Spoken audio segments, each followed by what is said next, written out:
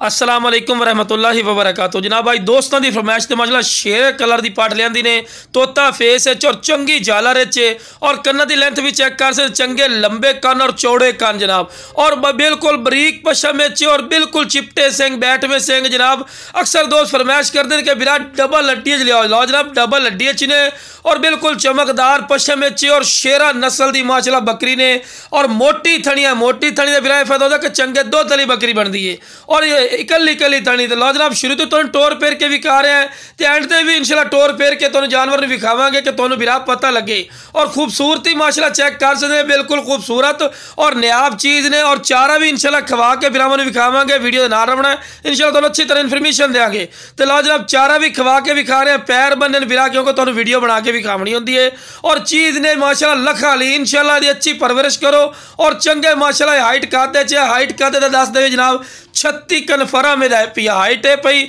और मुंह दो दांदी ने और क्रास होवन बिल्कुल तैयार लेकिन जिन्हें को लियांदी हो सके क्रास है लेकिन विरासी क्रास नहीं बना के देवनी खाली बना के देवनी है विरा क्रास होवन तो बिल्कुल तैयार ही नहीं पई क्योंकि उन्होंने तो वेचनी होती उन्होंने तो बोलना जी क्रास है लेकिन विरा असी झूठ नहीं बोलना विरा ठीक है इंशाल्लाह बकरा थोड़े को उस वक्त क्रास हो जासी मुँह दो दांदी ने चौकी होवे फ्री दिशा और माशाल्लाह बिल्कुल तोता फेस है जिन्हें चारा वगैरह खवा के भी खा रहे हैं विरा कि तुम पता लगे और चंगी वेल ने दो वेखो बिल्कुल तीर वाली कर सीती और बिल्कुल बराबर का थला और कन्ना के लापर भी चेक कर सकते चंगे लंबे कन। अगर ये मंडी चला जाओ जनाब इस नस्ल जी बड़ी महंगी तरीन नस्ल है जनाब यदा जनाब रेट कर ले सन जी 60,000 है 65,000 है लेकिन अपना बिल्कुल मुख्तसर रेट हो सी और एक्टिव इतनी ने थोड़ी सोच ने जनाब लो जनाब तुम दौड़ा के भी चेक करवाई ने माशाल्लाह जनाब चेक कर सकते हैं कितनी स्पीड है जा रही है तो फिर एक बार तुम विखा रहे कि माशाल्लाह चंगे हाइट काते चिने और खूबसूरत और नायाब चीज़ ने बिरा और साडा बिल्कुल मुख्तसर राइट हो सी जेड़ा बिरा कॉल कर सी